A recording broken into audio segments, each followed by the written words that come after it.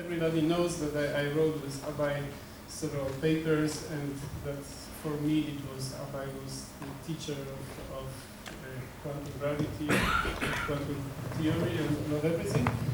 However, somebody may not realize that for me Abhay also played another important role. Namely, when I was Abhay's postdoc for 2 years, and then maybe even for 10 years, I was his visiting professor coming for 1 or 2 months a year. From my office, I could see Abhay's office, door always open, so I could see Abhay working. Sometimes I was working myself with him, sometimes other people were working with him. I could see Abhay being leader of relativity group in Syracuse University, and I could see, observe Abhay being director of his own institute. I could general relativity in the cosmos. I could see Abhay starting institute. So for me, Abhay was a model example of a modern American professor, and I could learn from Abhay American style of not only doing research but also managing and supervising science. So Abhay, in this sense, is even more important for me than only the list of publications shows. Let us turn to the talk. So the title of the talk is Compact Binary Coalescence and the BMS. Thank you. So it's a real great pleasure to be here in Warsaw. I think the first time I came was when Andrei organized a meeting in the Stefan Banach Institute in, I think it was 82 or 83. Poland was under martial law. It was a very different country than it is now. And then a few years later, Jurek joined us at Syracuse as a postdoc. And we have had the most fruitful collaboration over the years. I think between 1993 and 2009, about 10 years ago, we wrote 19 papers. Now, usually, saying anything about citations is a little bit crass, but sometimes it can be useful. And so the joint papers that we wrote have about average citations of 260 per paper, which is quite a bit larger than my own just joint citations, citations per paper, which shows the value of the collaboration that really we have had. And Jurek also showed me very many beautiful mathematical structures, and I'm most grateful for them, just insights into the geometrical structures and so on. Now, as this conference title shows, that it's a very long title of the conference, and that shows that Jurek has worked on diverse areas, right, in many, many different areas.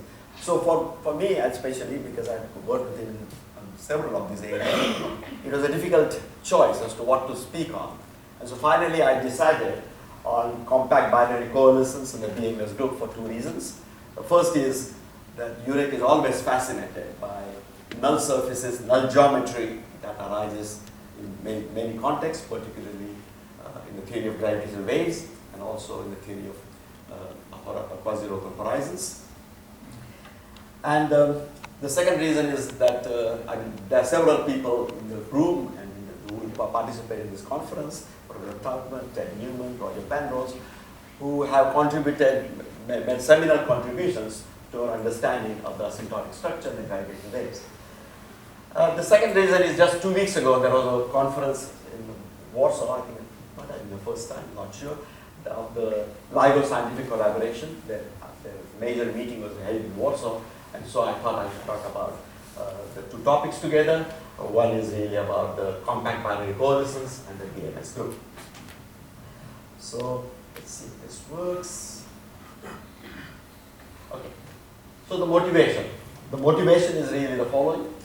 That, as we all know, that there have been spectacular discovery of gravitational waves, and these are the signals. These are the signals from the first event up here in the 2 detectors, and it is not so obvious here, but you can see that actually the observed signal and the waveforms that were in the bank, they match very, very well. So really, these discoveries were made possible because of this technique, which is called the match filtering technique. And these discoveries use literally hundreds of thousands of waveforms that are available. So anytime the signal comes, the computer actually compares them with those hundreds of thousands of waveforms. And they are constructed through ingenious combinations of analytical methods, particularly the post-Newtonian and the so-called effective one-body approximation, EOB, and post-Newtonian is PN, and numerical relativity. Now, gravitational radiation theory and the exact general relativity was developed systematically from 60 to the 80s by Trautmann, Bondi, Sachs, Newman, Penrose, and other people. And one of the major surprises of this initial finding was that even though the spacetime is asymptotically Minkowskian, and therefore you would think that the symmetry group would be the Poincare group, the group of Minkowski space, that's not the case. The asymptotic symmetry group is infinite dimensional, and it is a Bondi, Mesner, Sachs, or the BMS group. And in particular, therefore, the four-dimensional the group of translations is replaced by infinite dimensional group of super translations. And therefore, energy momentum 4 vector is replaced by the infinite component super momentum. And as a result, angular momentum acquires so-called super translation ambiguity. I think many people in this room are experts in this, but some are not. That's why I'm going to explain a few of these topics. And this feature, however, is largely ignored even today by the waveform community. The super translation ambiguity is essentially ignored. And therefore, there is a disconnect between the exact theory that we have had since the 1960s to 80 and what is currently being done by the waveform community. And the goal of this talk is to bridge this gap. And there are concrete lessons from the compact binary coalescence and from the BMS group, which are useful for the waveform community. That is what is being proposed now by my collaborators and by me. And also, there are surprises to the mathematical GR community. I think many of us have known the issues about super translation ambiguity, but as you will see that there are some surprises about it. I was surprised. Okay.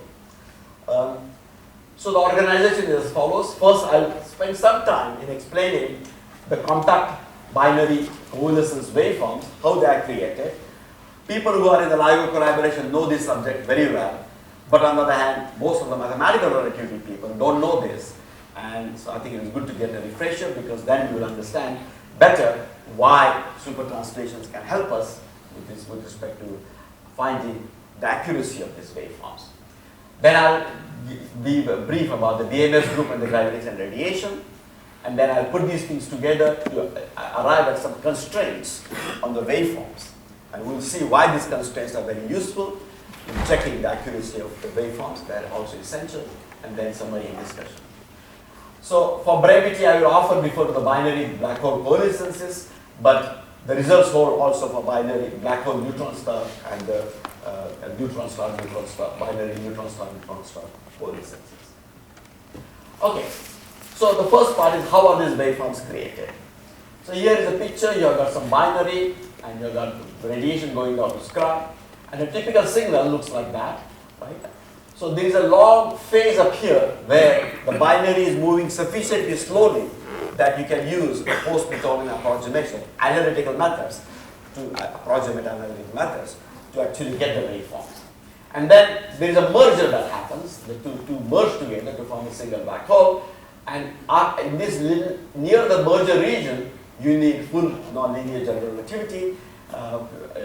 It's essential, and that is what is done by numerical relativity.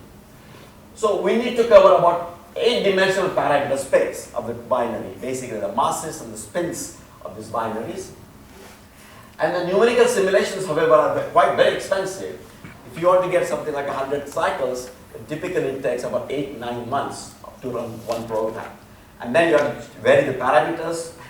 As you vary the parameters for each parameter, you have 8-dimensional parameter space. So it is really very, very expensive. But still, so far, a few thousand waveforms have been produced by numerical relativity. But this is not enough to actually make discoveries, because we need to cover the many, many more points in the parameter space, and that is made possible by very cleverly combining the numerical results with the analytical results. So for about 100 cycles in the early phase of the compact binary coalescence, the waveforms are evaluated using approximation methods. And there are two primary models. These are not the only ones, but these are the two primary models from which the waveforms come. One is called the phenom model, or phenomenological models. There what one does is that one takes the early part from some analytical waveform, the post-Newtonian or effective one-body approximation, and then joins on to the, first of all one choose the parameters for which a numerical waveform is available, and then take a post-Newtonian and the numerical, and then join it on. Once you have the total hybrid waveform, then one just looks for functions. So one just looks for some function which will actually fit this observed waveform. So it's really just a fitting issue, and that is why it's called phenomenological model. Once you have the analytical expression, then you can use this analytical expression for other values of the parameters, at least the near the parameters that you actually use the numerical value waveform. Then you go to another numerical value, numerical relativity waveform, where it is available for another set of parameters which is far removed. Again, find the analytical expansion and cover the region by near that those parameters with this analytical expressions for the hybrid waveform. So that is what is done. And the second method is called the effective one-body approximation. So here what one does is that we have got these two bodies, but we approximate it by a single body moving in an external gravitational field. So the question is, which gravitational field? Well, this is done kind of by partial guesswork, by partial great intuition. So one creates this background field, and therefore ultimately what one has is a Hamiltonian description of one body which is moving in some gravitational field. So the input that you have to get in is really what is the correct Hamiltonian for this system. And again, using the post-Newtonian approximation and certain resummation clever techniques, one arrives at a Hamiltonian description, and then one can use this analytical waveform almost, even including the plunge region up here. But then, if you to include the plunge region, you have to correct the Hamiltonian, and the corrections are obtained by calibrating the waveform against numerical relativity. So there is a combination of an analytical technique with unknown parameters in the Hamiltonian and the numerical relativity to fit this waveform. And again, there is some region of the parameter space around where it is calibrated, where this waveform is believed to be correct. And then you go to another region and then calibrate again. So this is what is done, and these are the two kinds of waveforms that people have been using in the discovery of black hole and binary neutron star collisions. So that is what is happening. However, the parameter space is 8-dimensional. As I told you that we only have the numerical simulations cover only a part of this parameter space, a rather small part of this parameter space, and therefore out in the region where the numerical simulations are sparse, these methods, approximation methods, they cannot be calibrated correctly, so there are a lot of differences. The UOB gives quite different waveforms for phenomenological models, and one doesn't know if either of them is correct. And so there are these ambiguities, and therefore there is a need to check the accuracy of these waveforms, because we need to cover the whole parameter space. So that is where we are. So the external inputs are needed in this whole procedure, in each of these steps, in the analytical step, in the numerical step, and in the switching procedure. In the analytical space step, one might use, for example, the effective the post-Newtonian expansion.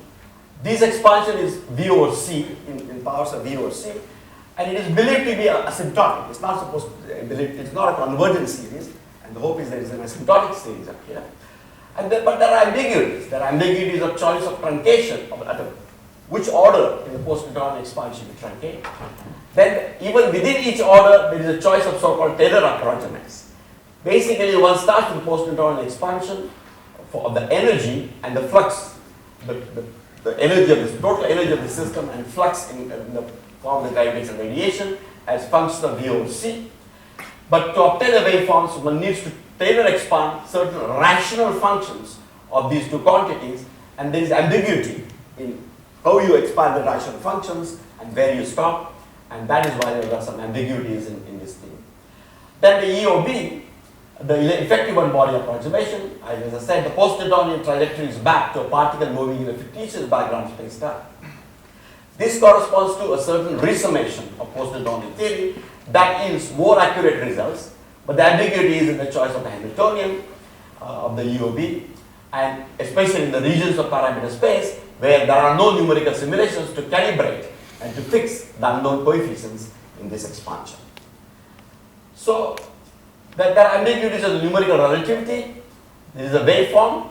Those of you in the room know the waveform is just really just the shield, the sigma, but that can be expanded out as the H plus polarization plus H cross polarization, so this should be crossed by X, extracted at large but finite radius. Is not extracted as chi plus, and therefore there are ambiguities in the coordinate and the null tetrad choices at finite distance.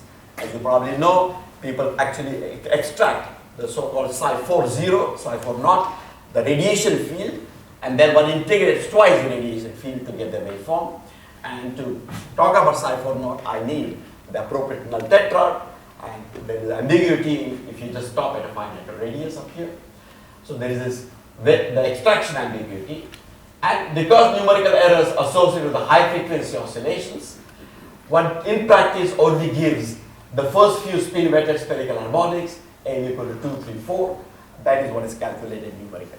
So there is also that error in the whole thing. And finally, there are ambiguities in the stitching procedure because that requires choices. These choices are made from intuition. People are fantastic intuition.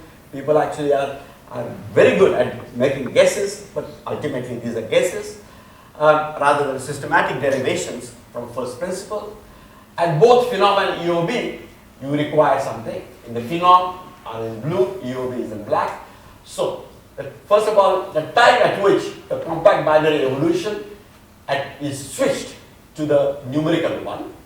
So the time at which it is switched and the duration over which you actually match the two things. It can be duration in time, it can be duration in frequency domain, and these all give slightly different answers, and so there are some ambiguities. Then we have got post-Newtonian and numerical waveforms. They use different coordinates, and therefore matching procedures are driven by intuition and past experience rather than clear-cut mathematical physics.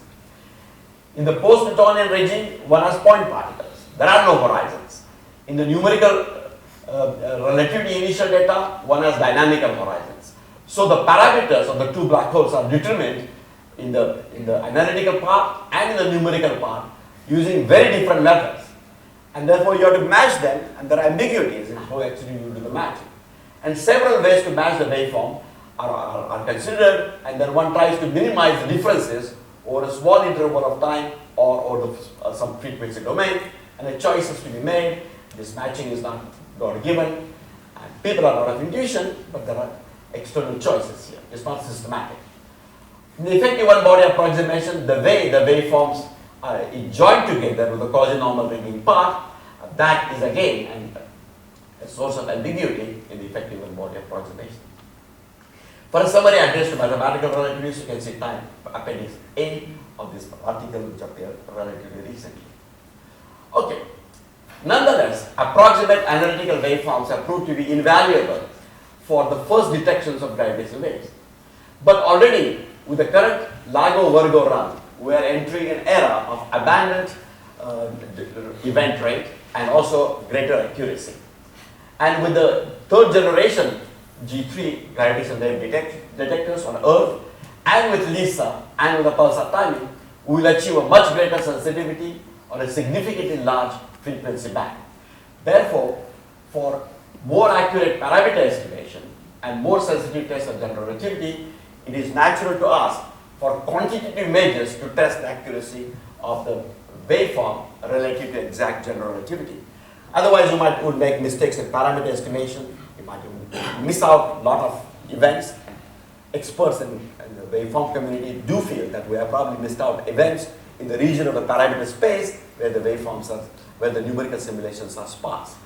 So there are issues up here. But there is a key problem. It would be great to be able to test the candidate waveforms with the ones from exact general relativity. But of course, we don't know what the waveforms are in exact general relativity. If we knew that, then we don't need these approximation methods at all. So what do we do then? Well, what we do is the following. The idea is that, so in the literature, accuracy tests involve comparing the phenomenon UOB waveforms with numerical relativity. But as we saw, numerical relativity results themselves are ambiguities and assumptions. And also you cannot do this where the numerical relativity waveforms are sparse. So for example, the final source of parameters in numerical relativity are estimated not looking at SCR, but by using the isolated horizon geometry, and then one just assumes that it's the same as those at evaluated SCR. So the final mass of the spin is not really evaluated SCR, for example. So there are some issues here about numerical relativity simulations themselves. So we would like to ask, is there a more objective way to test the waveforms in the template band without knowing what the exact waveforms themselves are? And here is a key punchline. The punchline is that yes, we don't know the exact waveforms. But because of BMS group, we had an infinite number of balance laws that the waveform of exact general relativity must satisfy. Now, I don't know what the waveform is, but you are in the waveform community, you give me this waveform, your favorite waveform, and I can check if this balance law is satisfied or not. Typically, it won't be satisfied. Therefore, I will be able to tell you to what is accurate. Radiation reaction term. Law tells you the error in the waveform that you are given. So that is the idea here. And this is sort of an interesting, clever idea because one just does not, one can tell about how accurate the given waveform is without knowing what the exact waveform should be. Just because the exact waveform must satisfy infinite number of balance laws. So that is exactly the idea here that we are trying to do. So this is the first part I've done. Now I'll tell you the BMS group. And I'll go a little bit fast here because most people in the room, I think, are available, aware of the BMS group and so on.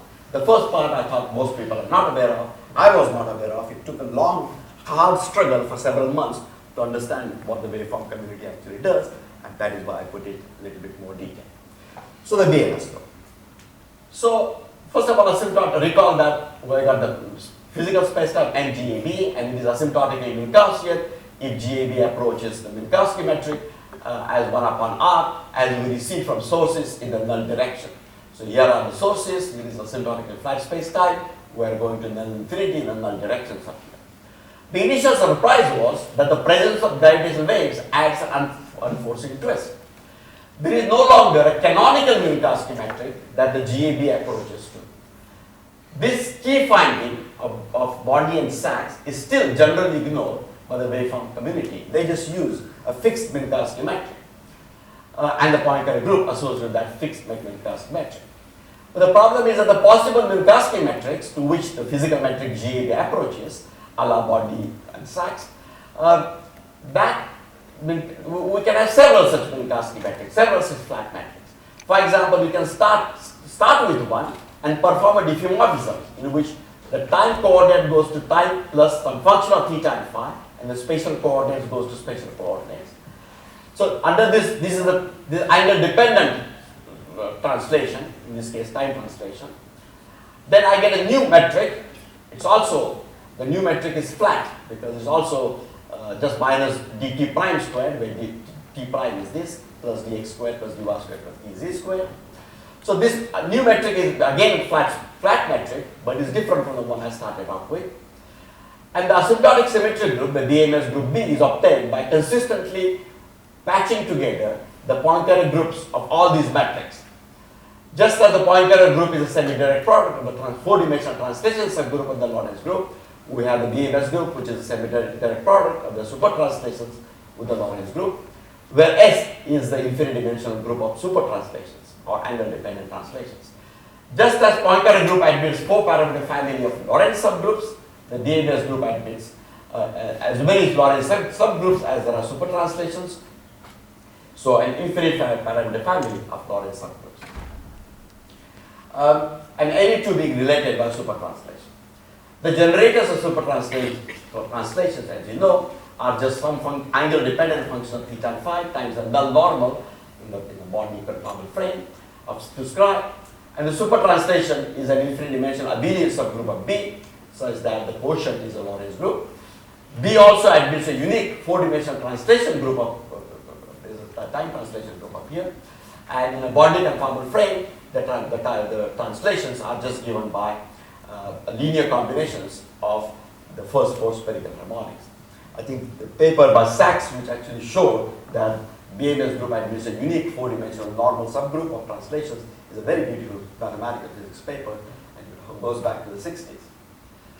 So now we talk about gravitational waves in exact general relativity.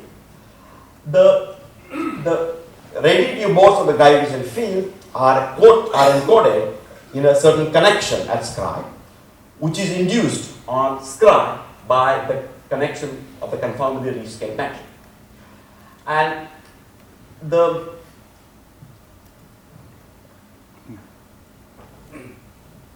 if the curvature of this connection is trivial in some well-defined mathematical sense, then this D is said to represent a classical vacuum in the Yang-Mills sense. In the Yang-Mills case, any connection which has 0 curvature is said to be a vacuum.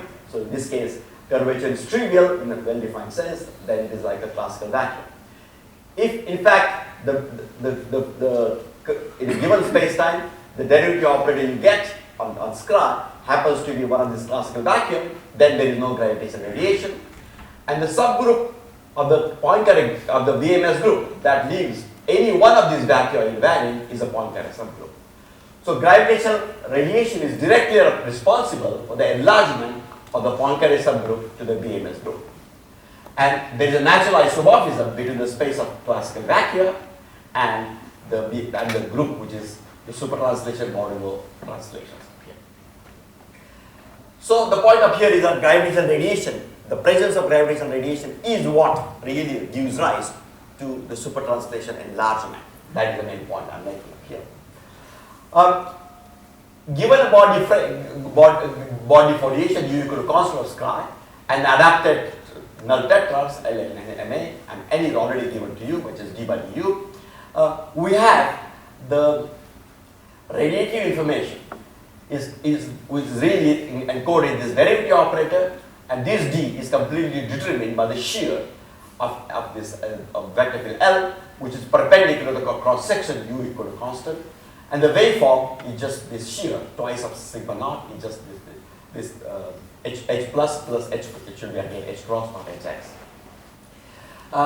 The Bondi new tensor NAB is the conformally invariant part of curvature G, and then I can just take the MM component, it's also transverse spaceless, so this is the whole component, and that is just the dot of sigma naught. And the radiation field is the second time derivative of the shear complex conjugate. The Coulombic information is contained in psi 2 naught, which is equal to minus GM curve, for example, and in psi 1 naught, which is minus 3 GM upon 2I sine theta in curve. Angular momentum lives here, the energy momentum of mass lives up here. These are not captured by the radiative modes. Now, it is natural to assume that at the two ends of scri, as we go to I0 and I go to I plus up here, that the radiation field, actually the radiation dies off. It is natural to assume that. And it's natural to assume that. Then we acquire two vacua, one in the distant past, one in the distant future, and therefore two preferred Poincare subgroups, P plus minus or B, adapted to I plus and I0 respectively. But these are two distinct unless the gravitational memory, sorry, I don't know what happened, unless the gravitational memory actually vanishes. So this is something that was pointed out by Ted and Roger a long time ago, and they did this analysis in terms of the good cuts of scri. Okay, so we assume that the radiation falls off, and so therefore there is a Poincare group in the distant future, and the Poincare group is in the distant past. But generically, the two groups are different from each other, and that is supertranslation ambiguity. And therefore, it is wrong to use the same Minkowski metric, so to say, all along scri. The Minkowski metric tailored to the past is different from the Minkowski metric which is tailored to the future. Now, the standard assumption up here is that the news falls like upon 1 plus epsilon up here. This guarantees that the flux of energy momentum and angular momentum is finite as u goes to plus minus infinity. Then in the two limits, to I plus and I0, the supermomentum is determined by just the real part of psi 2 naught at I plus and I 0 up here. And therefore, the Bondi 4 momentum, so this is the smearing function, these are the first 4 YLMs, which tell you which component of the 4 momentum you're talking about. So at I plus, it is given by integral on u equal to infinity of real part of psi 2 naught, and at I minus, it is also given by integral at u equal to minus infinity of the real part of psi 2 naught, weighted with the function that tells you which translation you are looking at. Now the waveforms have no information about this psi 2 naught, but they do determine the time derivatives. Because the waveform do determine the time derivative of this psi 2 naught, because that really just depends on the news function. Therefore, we have an infinite set of balanced laws on slightness, each for one for each super translation.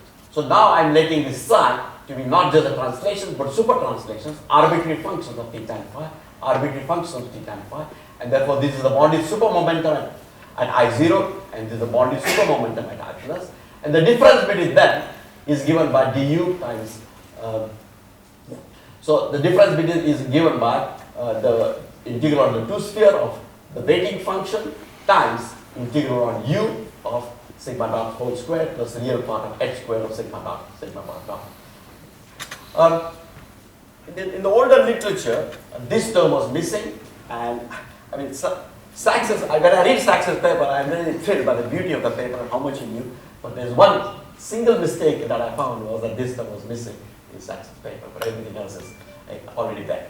Now, if I look at this thing, then I can look at the formula for the Bondi the Bondi super momentum. It is c weighted real part of psi 2 weighted with c, real part of psi 2 weighted with c. So there is an angular integral up here. Here I got angular integral. Both of them are just a way from the function c here. Now just put the p plus minus p minus is equal to this, and I peel off the angular integral. Then I just get that psi 2 naught at minus infinity, at plus infinity minus infinity is just given by psi. This should have been reversed. I'm sorry about that. Or there's a minus sign here that is basic. It's just given by u squared plus x squared of thing. So I'm just peeling up this angular integral up here, and I'm peeling up c. C is arbitrary, therefore we get this. So this is a function of theta and phi, which I am supposed to know from some means. If I happen to know this, then the waveform determines the right hand side, and therefore I get a balanced law. But that means that there is a constraint in the waveform. The waveform must be such that this difference is equals this. So the waveform in exact GR must satisfy an infinite set of equations. So these are the equations we have. But this is not yet a constraint because I don't know what the left hand side is. But we'll see that in the compact binary coalescence, in fact, the angular dependence on the left hand side is completely determined, and therefore this turns it into a constraint. There are also infinitely many constraints you get for just looking at not u equal to minus infinity to infinity, but exploiting this form up here. But I will not talk about it just because I don't have enough time. So this is done. Now let me tell you about the constraints. So the standard assumption in the compact binary coalescence community is that in the numerical regime, of course, the space-time geometry approaches curved black hole geometry at late times. In the post-Newtonian regime, it is assumed that since the two bodies are very far from each other initially, therefore in the distant past there is no radiation and the space-time is essentially stationary. Well, but we'll use a much weaker and physically more plausible assumption, which is that the space-time is asymptotically stationary in the sense that its white tensor components have the time derivative of the white tensor component go to 0 at I plus and at I0. So the fall of sigma naught already tells you that the time derivative of psi 4 naught, psi 3 naught, psi 2 naught go to 0. So what one needs to assume is only that the time derivative of psi 1 naught also goes to 0 in the two limits. If you assume this, then the assumption, of course, is trivial. These assumptions that are made by the waveform community are trivially satisfied. So I'm assuming that I got asymptotic stationarity in the distant future and in the distant past only. Then the Bianchi identities as Clapeyron imply that in the Bondi conformal frame in which the system is at rest at I naught, the limiting psi to naught is real and is spherically symmetric. So if you assume asymptotic stationary at I0, then I know that the psi 2 that we talked about just a minute ago, the psi 2 that we talked about in this Penrose law that we got, we know that at U, but under supertransport is spherically symmetric. In the Bondi frame in which the system is at rest in the distant past. Similarly, in the Bondi frame in which the system is at rest in the distant future, psi 2 naught is also spherically symmetric. But the two frames are different from each other. So I have to make a boost in order to go from one frame to another, and that's what we will do in a minute. But the point is that we're assuming only that in the respective rest frames, we're not assuming that the rest frames are the same. That will be too strong an assumption. It is because the rest frames are not the same, the final black hole is a kick. Free momentum is radiated away by gravitational waves, and therefore the final black hole has a kick. Therefore the final rest frame is different from the initial rest frame. Okay, so that's what we mentioned. So I already said that note that these Bondi frames are different because of the black hole kick up here. So just for definiteness, we'll write down the formulae in the past rest frame at I0. The two are different, but we'll write it down. Then the kick velocity of the black hole is determined by the free momentum carried away by the gravitational waves. Just for simplicity, let us choose the z direction to be along the kick of the final kick of the black hole. Then you have explicit formula for the velocity in terms of Lorentz factor and in terms of mass at I plus, the final mass of the black hole. The kick velocity, so this is the same as the z directional momentum.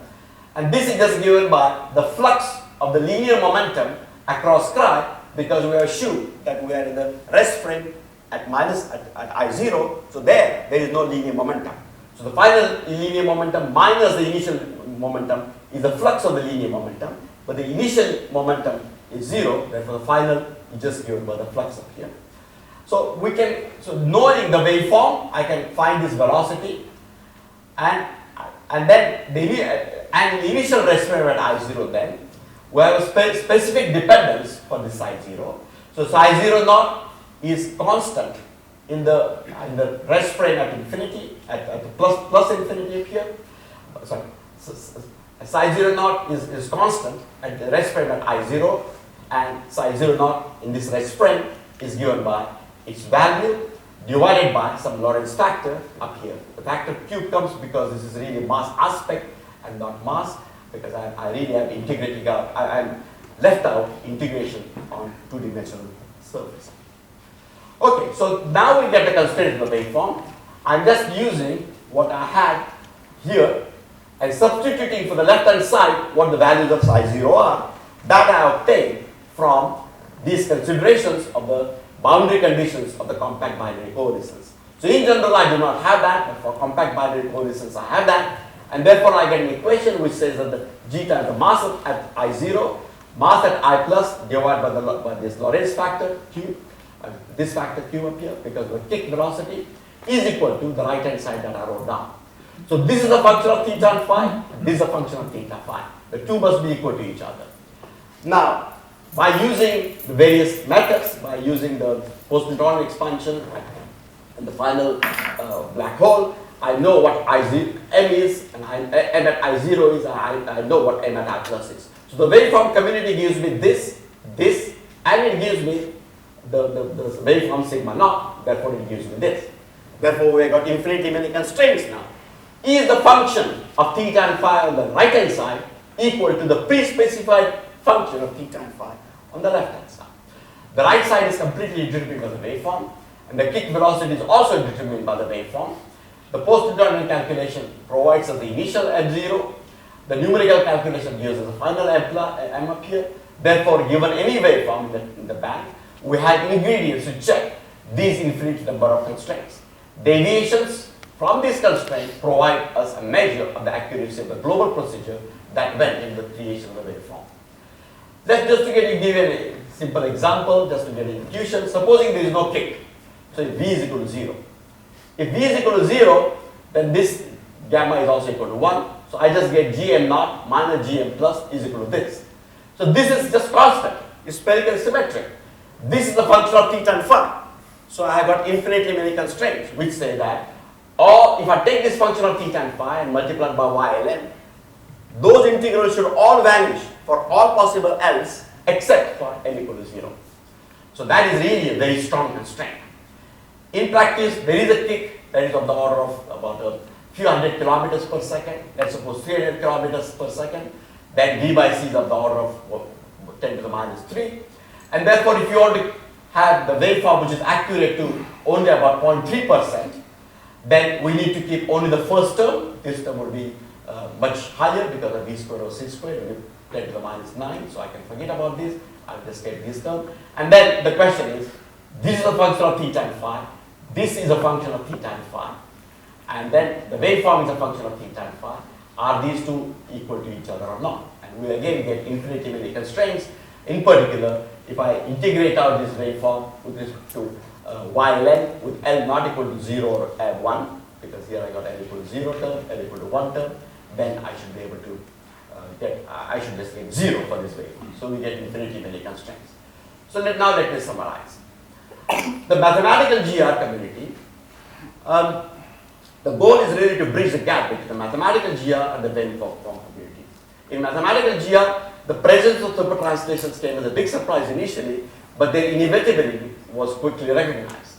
The Poincare groups P plus minus of the BMS group are selected by the fact that the physical derivative operator on scribe goes to two different vacua in the distant future and the distant past, and they are generically distinct, and they differ by super translation. There is super translation ambiguity also in the notion of angular momentum, because the notion of angular momentum that waveform community gives us depends on SO3 subgroup of the BMS group. And the SO3 subgroup used in the distant past is different from the SO3 subgroup used in the different future. If in fact there is gravitational memory is non-zero, and also if there is actually a kick, non-zero kick. But in the mathematical GR community, there was a considerable confusion about the expression of supermomentum until the 1980s, where it was resolved via the phase space of radiative modes. And now these expressions have all the physically correct transformation properties, and is accepted in the correct expression. The early expressions gave non-zero flux for supermomentum and angular momentum even in Minkowski spacetime, and this was cleared up. But the general viewpoint has been that the waveforms are unrestricted, the radiative modes are free data. In the waveform community, the super translation is largely ignored, and one typically works with a fixed Minkowski metric and uses the Poincare group of this Minkowski metric. The fact that there are two Poincare groups is ignored. And if the gravitational memory is non-trivial, as is generically the case, you cannot subtract the future angular momentum by the past angular momentum, because they really refer to two different rotational subgroups. It is like subtracting apples from oranges. But there are lessons from both communities, namely, in mathematical general relativity, what we found was that for compact binary coalescence, the radiative mode sigma naught, or the waveform, or this derivative operator, cannot be freely specified. And the Sachs's paper and the various other papers had the great insight that in fact that can be freely specified on scribe. But what one is seeing here is that if in fact the waveform came from a compact binary coalescence, then they cannot be freely specified, because in the boundary conditions, as u goes to plus infinity and as u goes to minus infinity, there are these infinitely many constraints on the waveform, and that are coming from the initial mass, the final mass, and the kick velocity. And secondly, we learned that it is true that if p plus is not equal to p minus, then there is if there is a non-trivial gravitational memory, that is integral of this, or this show a dot here, I forgot about dot, integral du of sigma dot is not equal to 0. So the difference between the shear at both ends is gauge invariant, if that is not equal to 0. Then comparing j plus minus is like comparing apples and oranges, as I said. But to me it was a very big surprise that if the kick velocity is not 0, then even though the two angular momenta refer to completely different SO3 subgroups, if I naively subtract it, I get the correct answer. And the reason is because pure supermomentum flux vanishes in this case. So there is no kick. Surprisingly, the pure supermomentum flux vanishes, and because it vanishes, Normally the angular momentum in the future is equal to angular momentum in the past plus some flux of supermomentum. But supermomentum flux vanishes if it is a pure supermomentum. Therefore, numerically you get the correct answer. So this to me was a surprise, and I think to the mathematical relativity community, this is also a big surprise. To the waveform community, supertranslation is not a nuisance. Supermomentum balance laws provide infinity many constraints that can be used as objective measures for the accuracy of the waveform in the template banks. Such measures are needed because of the external inputs that are not derived from first principles in creating the waveforms. Therefore, we need sharper measures for the accuracy. And we are now entering an era of higher precision, and therefore the more accurate waveforms will be needed to characterize sources and to test general relativity. In the generic case, when there is a black hole kick, the naive subtraction is incorrect both in principle and in practice, and the inaccuracies are also present therefore in the angular momentum estimation, and this is important in practice for the waveform. So to me it is very happy that the mathematical physics community is providing some important observational inputs into gravitational wave physics. Thank you.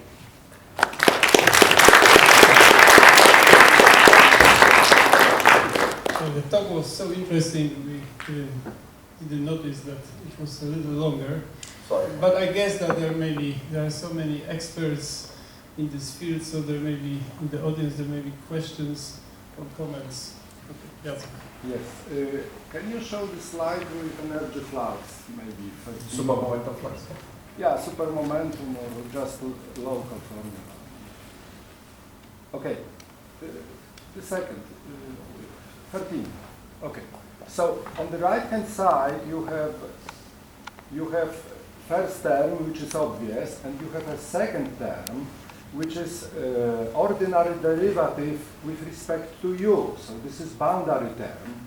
And there is remedy that you can put this term on the left-hand side, and you can define this boundary data on a cut of a scr in a different way. So there is some ambiguity if the mass aspect or mass aspect together with shear corresponds to supermomenta.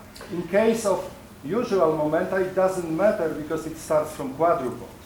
So is there any argument that you put this term on the right-hand side, not on the left-hand side? Yes, so the statement is that the argument is just that there is a formula for the flux that comes from the Hamiltonian description, and that formula for the flux, it really has to do with a very beautiful and delicate fact. Namely, the space of radiative modes is a space of connections. And because it's a space of connections, it's an affine space and not a vector space. I know. Under so you can choose one of the vacua as the origin and treat it as a vector space. But, and that is perfectly fine for translations, because translations leave invariant each individual vacuum. But under supertranslation, this origin changes, because I got some classical vacuum that goes to some other classical vacuum. And the shift of the origin is what gives rise to this.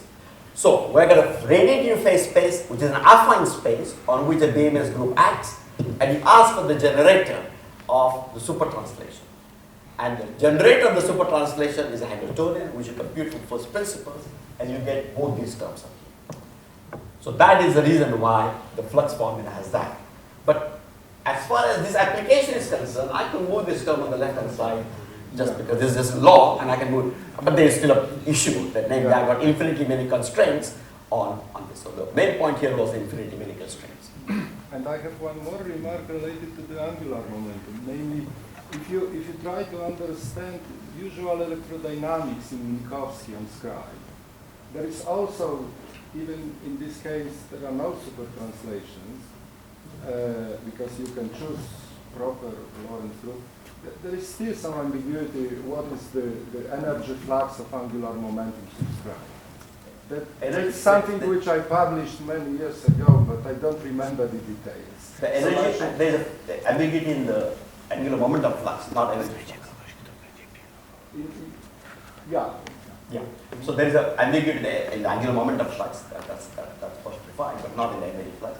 And the statement is that, that's correct. So this phenomenon is in somehow very appears in surprising. linear theory, not only in gravity. That's the point. So that's what I talked about in one of the GR meetings in Poland, I don't know, some time ago. That there is and you pointed out that you had this older paper like that. So there is an ambiguity in the angular momentum normally. In presence of sources, there is an ambiguity in the notion of angular momentum there. But the point is that, and I thought therefore it also will go to full general relativity. For a year or so, I thought it also must go to full general relativity. But we had to sit together and I'll explain it to you. But it turns out that in full general relativity, that ambiguity doesn't go through. In full, that ambiguity disappears. The ambiguity in the electrodynamics does not go over to general relativity. And this has to do with the fact that in general relativity, you have not only flux formulae, but you also have charge integrals. Here is scr, and the flux through scr is given by differences between this and this. In electrodynamics, I don't have any angular momentum or energy. I don't have a two surface integral. I only have a three surface integral. But the fact that I got this has to be integrated, this has to be actually puts a restriction, which to me was surprising. And that ambiguity doesn't exist in full general relativity. It does exist in electrodynamics, but we will talk about it. Let us thank Abhay.